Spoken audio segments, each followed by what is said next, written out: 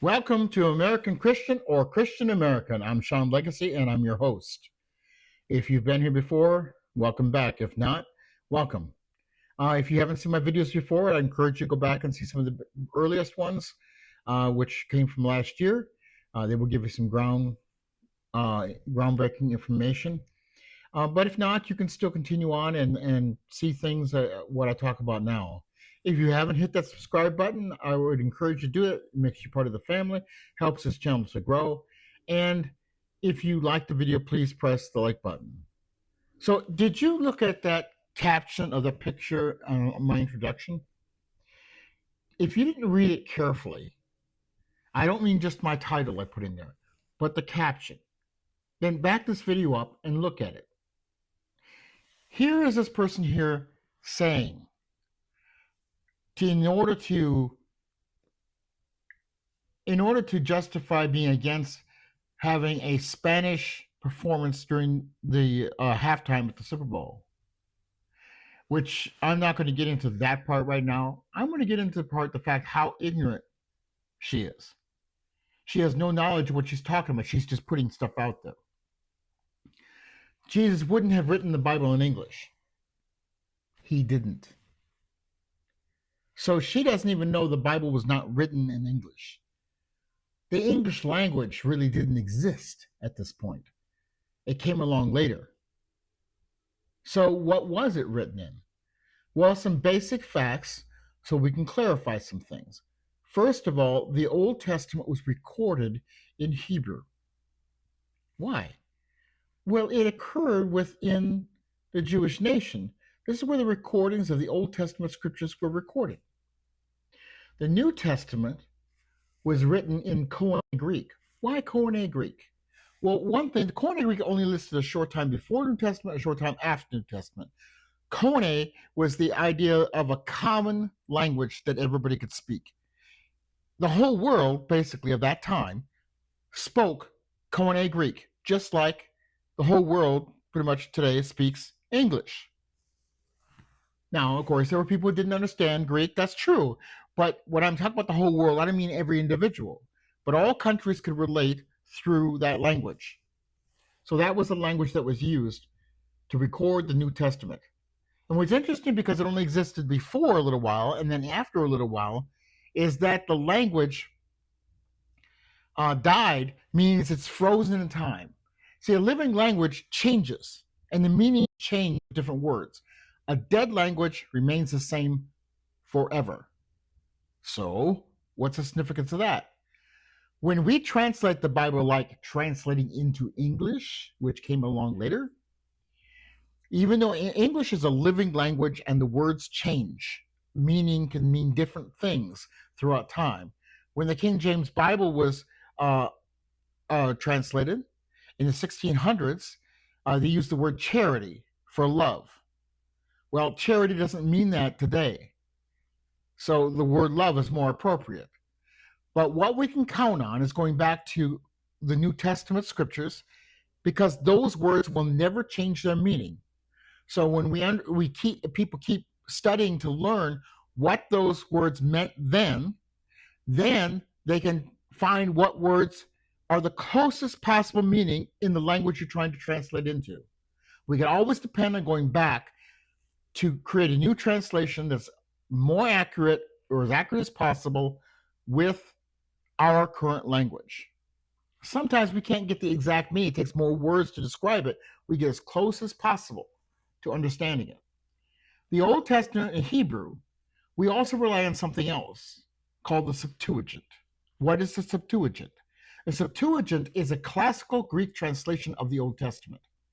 And it must be accurate, because during the New Testament, when Jesus was in his ministry and he quoted scripture, he actually quoted from the Septuagint, not the Greek text. So when translators go about things today, they take the Hebrew text, and when there's any discrepancies or they're not sure, or maybe there's some missing text, they use the Septuagint to fill in the gaps. And that's how you get modern translations in every language around the world. So if you think the Bible was written in English, it just shows how ignorant you are, because you speak off the top of your head just to support something and to go to people who are not educated. This means that every individual needs to study for themselves and to understand what's going on.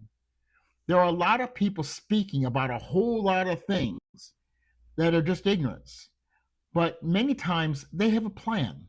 Sometimes they know the truth, sometimes not, like this person who didn't know anything what she was talking about. Sometimes they know it, but they're counting on you not knowing it. So we're going to look at some different videos here, and we'll look at one, and then we'll come back and we'll talk some more about it. But we have to start understanding certain truths if we want to be honest. Now, if you want to go ahead and live a lie, you'll do whatever you want to do. And too many people do. I'm asking you if you want to know the truth and understand the truth. Let's look at a video. Black people owned slaves. There, I said it for you. Now breathe before you throw a parade for that gotcha line. Yes, slavery existed in parts of Africa. Yes, some Africans participated in systems of enslavement. Yes, that's historically true. Feel accomplished? Cool.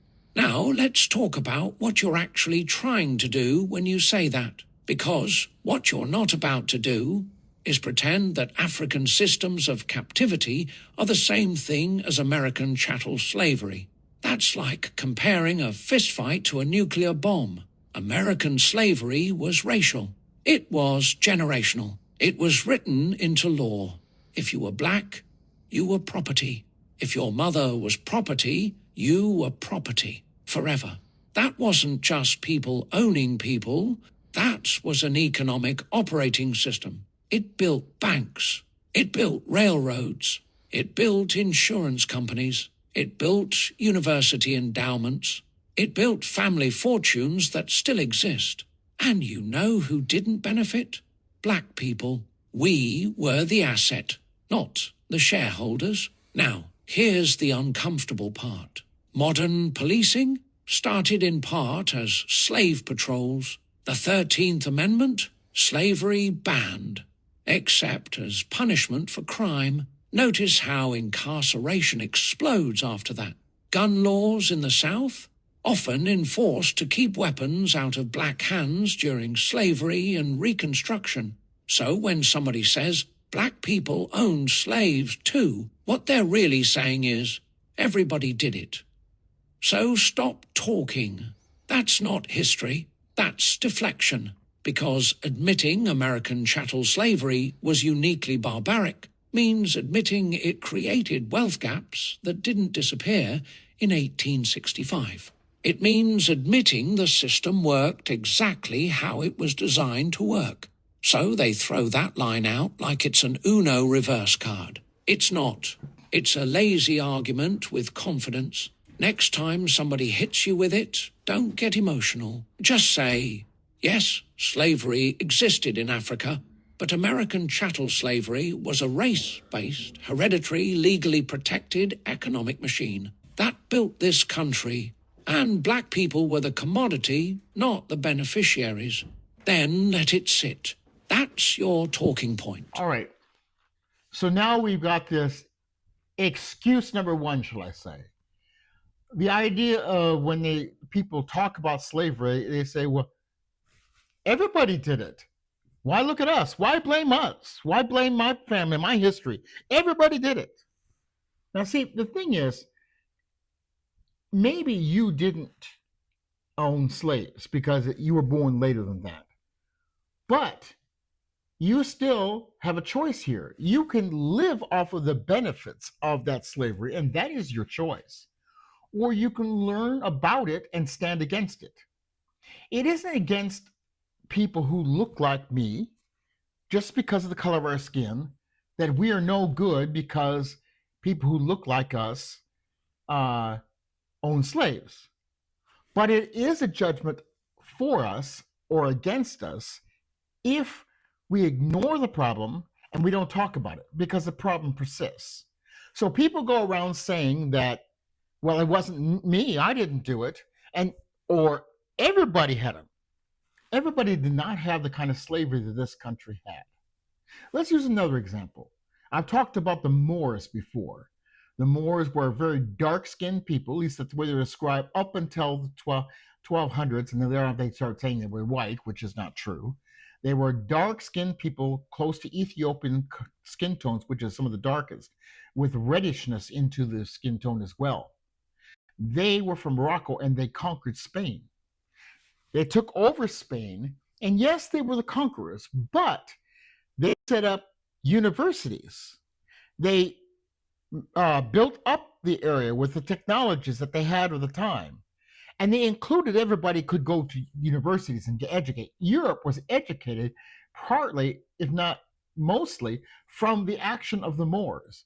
There was some education that came from Rome and other places, but the Moors really educated Spain.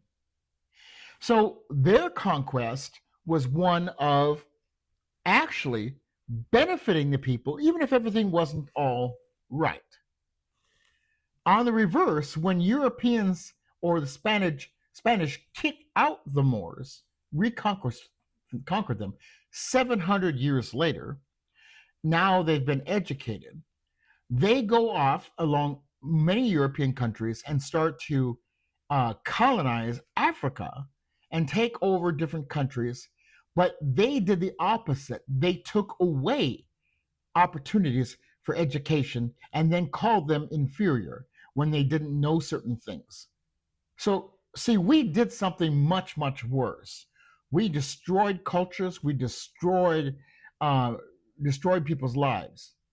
Even though the Moors were conquerors, they actually built people up and gave them a chance to rise up to a more civilized state of being. Europe had been killing each other for years. They still, years later, they still were fighting with each other. But so this country, what it set up was chattel slavery. If you were a slave, if you were dark skinned, if you came to this country, you came on boats below deck, and you were one of the people who survived the trip.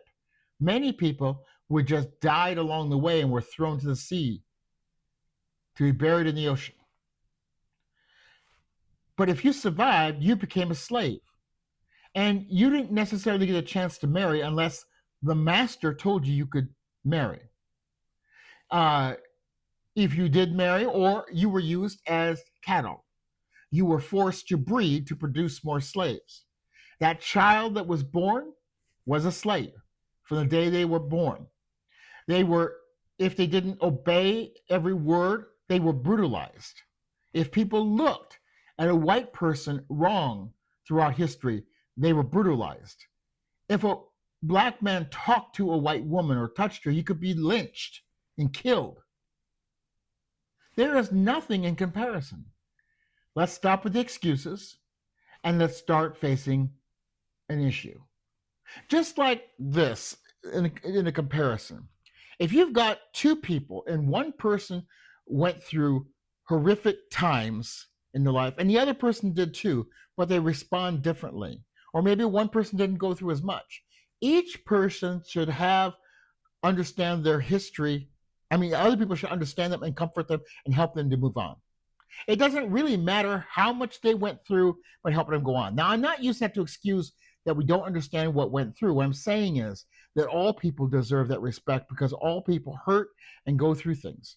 The excuses we're using today to try to dismiss slavery is not helping people or thinking about people. It's trying to satisfy our own self-preservation and egos. It's also a method of trying to desensitize America to slavery so we can repeat many of the issues, like the Trump administration has done, has weakened and taken away the rights of other people.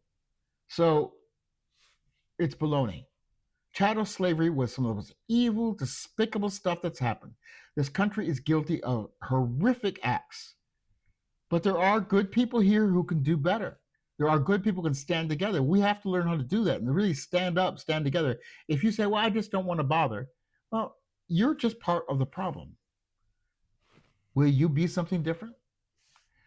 Now let's talk about this. I make these videos ahead of time, so this is a little bit older by the time it gets like a few months later. But let's talk about some videos of a particular man who was being interviewed for a job in the Senate. I'm going to play each video back to back, and we'll go from there. Mr. Chairman, thank you all for appearing here today. Mr. Carl, I think it's just heartbreaking that you have been nominated for this position and that you've reached a panel before the United States Senate. But I do want to give you a chance to go a little bit deeper in your explanations of your personal beliefs. They are directly relevant to your fitness to serve. You already have had some of your statements read to you, but I'd like you to respond to at least a few of them. One of the things you have said is that anti-white discrimination is the most pervasive and politically salient form of racism today. So do you continue to believe that anti-white discrimination is more salient than the discrimination faced today by blacks, Latinos, Muslims, or other American groups? Well, Senator, thank you for that question. And thank you also for giving me an opportunity to speak at a little bit of length. I haven't necessarily had much opportunity to respond. I'm going to have at least one more question for you, so I'll give you a minute or two to respond. Yes. So thanks to the great work of my friend Harmeet Dillon as the Assistant Attorney General of Civil Rights, I actually think that we've done an incredible job in this administration of getting rid of certain policies that discriminate particularly against white Americans, but also in some cases Asian Americans. Well, just maybe answer my question. Let's rewind. Because maybe you'll suggest that everything is fine now. Let's rewind a year ago. A year ago, were white Americans the most discriminated against group in the United States? You said it. So yeah. Senator, no, certainly this is my belief. I'm not running away from that. I think that while, of course, all races in different contexts can be subject to really severe discrimination, that when we look at our legal structures, white Americans are often very disfavored in overt ways. We're seeing this in the Small Business Administration, many other places. So your belief is that white Americans face more discrimination, at least prior to the Trump administration fixing this, than black Americans? On average, Senator, yes, that's correct, and I'm not running away from that statement at all. You have made several statements.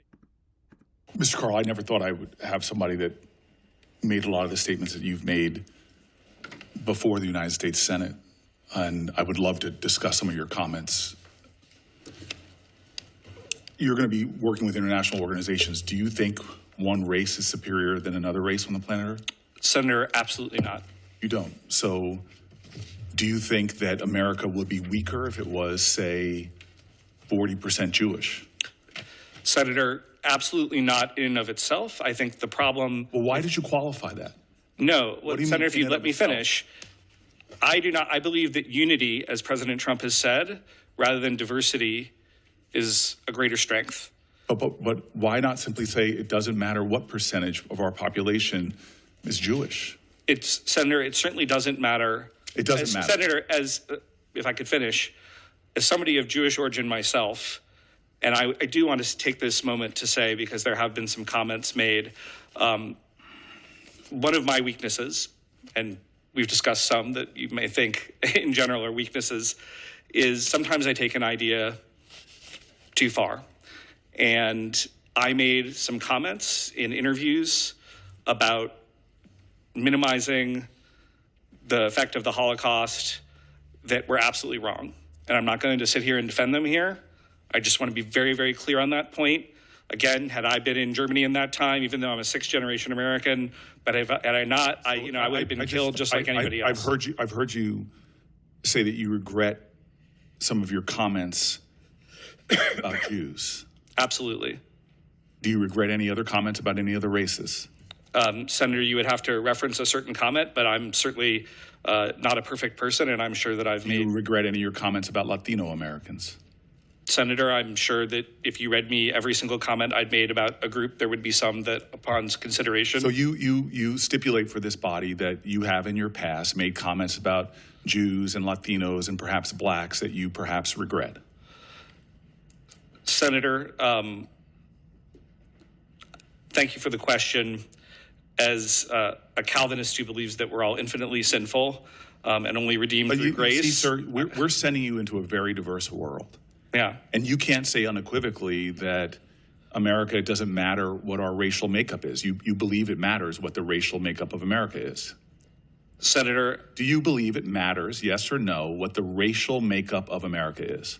Senator, to echo President Trump, I believe I don't want you unity to rather echo than diversity. President Trump. I want you to answer my question, yes or no. Does it matter what the racial makeup of America is? Senator, I'll stand on my comment. Thank you. What's your comment? Answer the question, yes or no. Echoing President Trump, I believe unity rather than diversity is a strength. So you have a problem if America grew to be more Latinos than white people? Senator, the individual group is not important. This is a cross-societal. What do you mean when you say that you believe in the Great Replacement theory? Senator, thank you for that question. This refers to the intentional demographic replacement of Europeans in Europe. It was invented by Renaud Camus, who was a French scholar. You think there's an active effort to, quote unquote, replace Americans right now? Senator, I think the Democratic Party, through its immigration policies, has certainly shown signs of that. And I don't understand that. So you are saying that if more Americans are Black or Latino Americans, that somehow weakens America because it puts whites in a minority? Senator, I never said anything like that, nor do I actually believe that. I want to be very clear that regardless of country, if people generally share more in common, that's a Can I strength. read you what you've said? Because it sounds like this. You said the Great Replacement is real, and they are going to try to make you pay for it. Who is they? Senator, thank you for that question. I simply don't know from you reading that one isolated comment. So this is the problem. You make the most incendiary comments that you admit that you regret about Jews, about Latinos, about Blacks. And you sit here and say that you do not have a worldview, that somehow our country is weakened based upon the populations of each. In fact, you say in your writings that it is a threat to the United States of America and create an us versus them. And the only interpretation I can have of us versus them is it's white people against others, which sounds deeply racist to me. That somehow you think our country's greatness depends upon its ethnic diversity as long as white people have more numbers than others.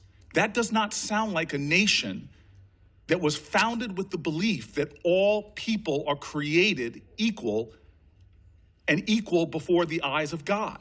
It sounds like you have a racial hierarchy. There's no way for me to read this in any other way. Senator, because you have said our country, based upon religious diversity, based upon ethnic diversity, based upon racial diversity, you have indicated that somehow those make America weaker or stronger.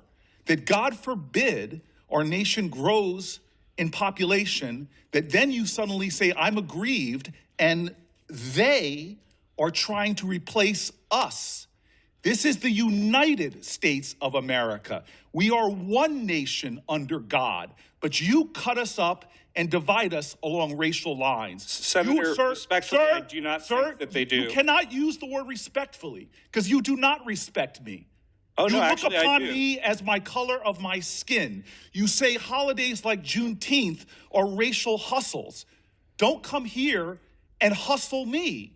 Senator, you have said statements that other nations are going to look upon you and read plainly. When you go to a country of a different religion or ethnicity, you have discriminated against Jews in your writing, you have discriminated against others, and then you claim yourself as a victim.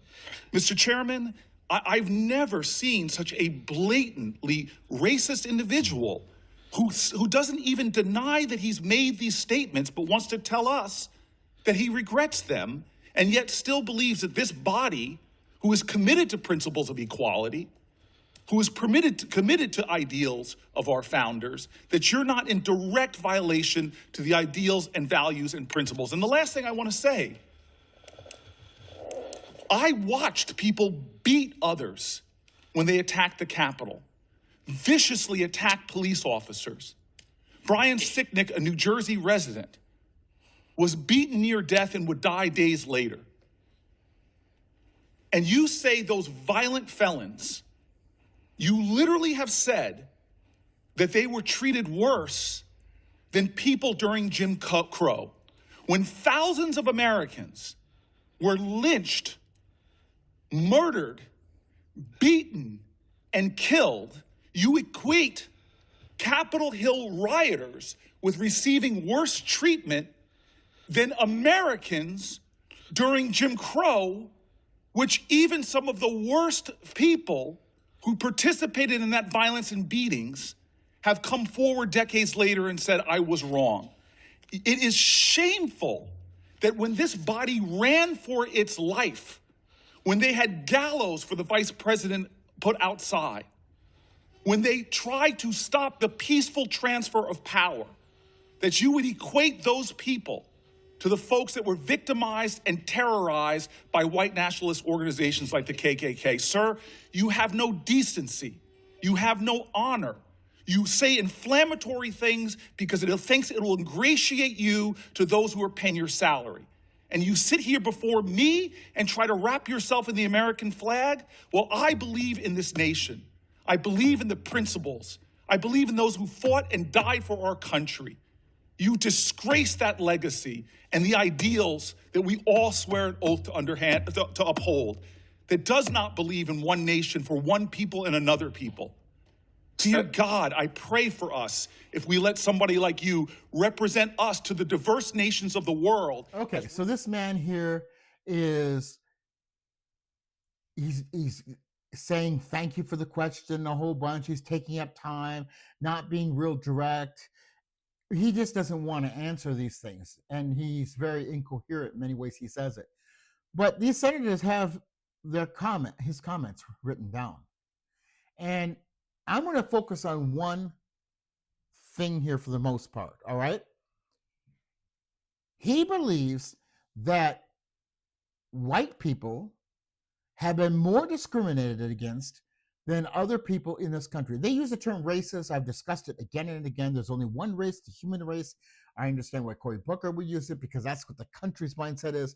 But there's only one race. We're 99.9% identical.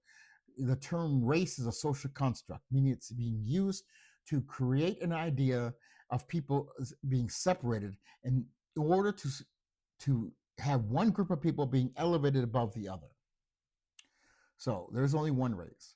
But he's upset because he thinks white people, or he at least says, even if he doesn't believe it or not, I don't know, that white people have been discriminated against more than African Americans and Native Americans and everybody else. White people have, it's been the worst for them in the past few years. That's a crock of crap.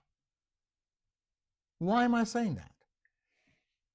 Because it's just not true. What do you have to think?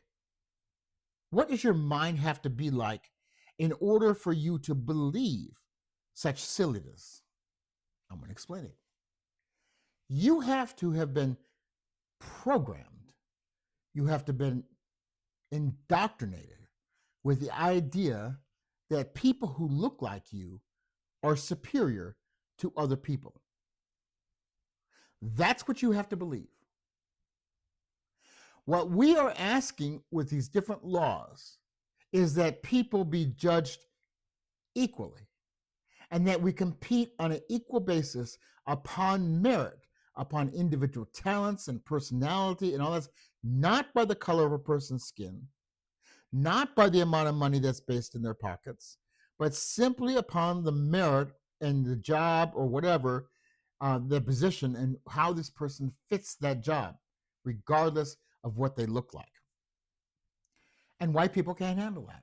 Because in their mind, if somebody else gets a job over them, that they stole it from them because it more rightfully was theirs. So this is discrimination against white people.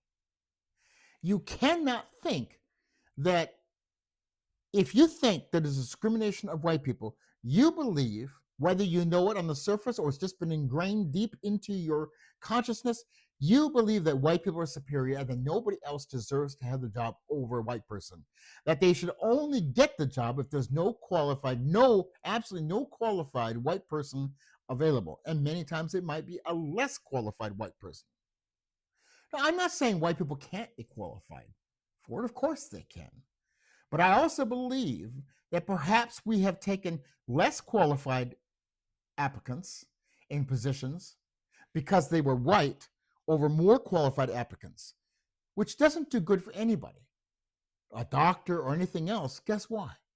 Because when white people or Caucasian people don't have to work as hard, they just favored over everybody else, the positions aren't getting the best qualified person. And actually it produces less drive in a group of people when they think that they're going to be able to get something simply on the merit of the color of their skin. Now, they still have to compete with other white people, but at least they don't have to deal with all these other categories of people who are really beneath me. That's what they're thinking. You cannot believe that white people are being discriminated against unless you think that way. Now, yes, by including them, there are more people to compete with, but that's life. Other groups of people had to compete with Caucasian people all the time.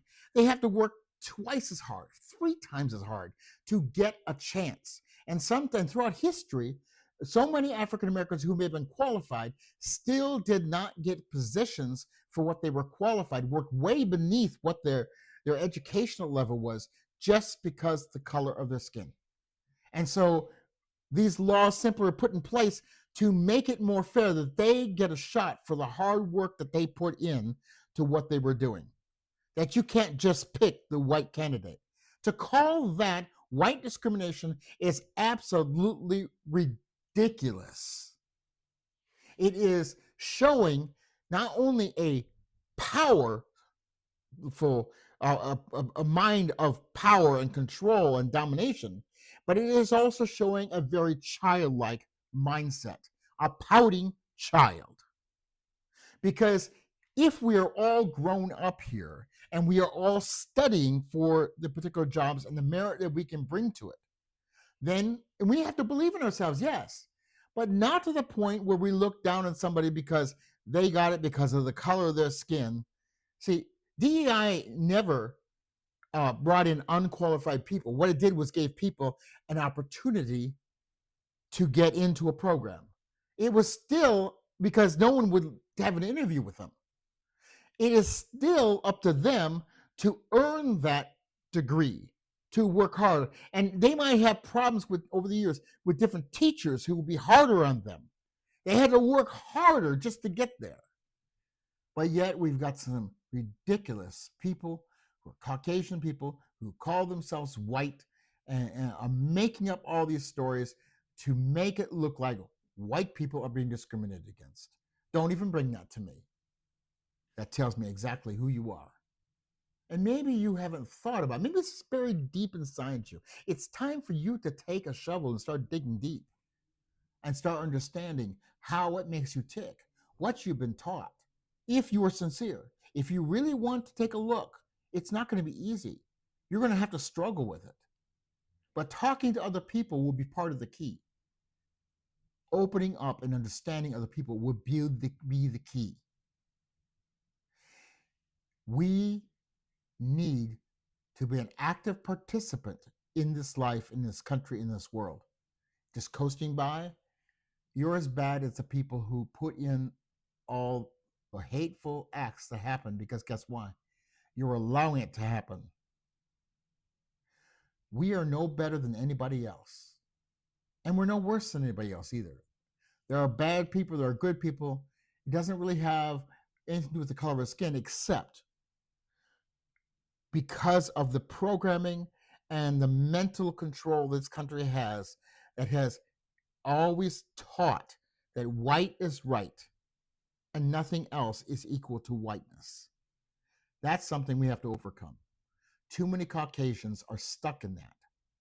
And yes, it is difficult to overcome. But I hope you will be a character of that. Now let's look at one more thing here. There's a preacher in Montana. You know how white Montana is? It's not just the snow, people. There's a lot of Caucasian people there. So there's a preacher there who puts out some really clear facts. Roland Martin showed a clip of this, so I've got a video from that. Let's look at that. Baldwin, the pastor of Liberty Fellowship in Montana, preached about the divine litmus test. And let's just say this white preacher has something to say to Donald Trump and all of these white evangelicals like Franklin Graham who kiss his ass. None of us is perfect. Real Christians understand these things. They are given to forgiveness and understanding because we all know that Jesus was forgiving and understanding toward us. That's not what we're talking about with Donald Trump. That's not it at all. Donald Trump is a lifelong gangster. He's a lifelong Zionist. He's a lifelong philanderer. He's a lifelong cheat. He's a lifelong hedonist. He's a lifelong felon. He's a lifelong blackmailer. He's a lifelong bully. He's a lifelong malignant narcissist. And he's a lifelong sexual predator.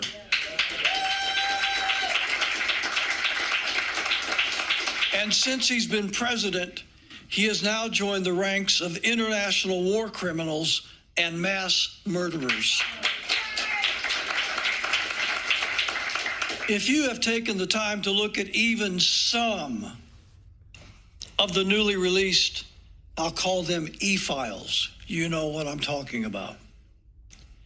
If you have taken the time to look at even some of the newly released e-files, you know that Donald J. Trump, along with the rest of the rich and famous predators in those files, should spend the rest of his life in prison.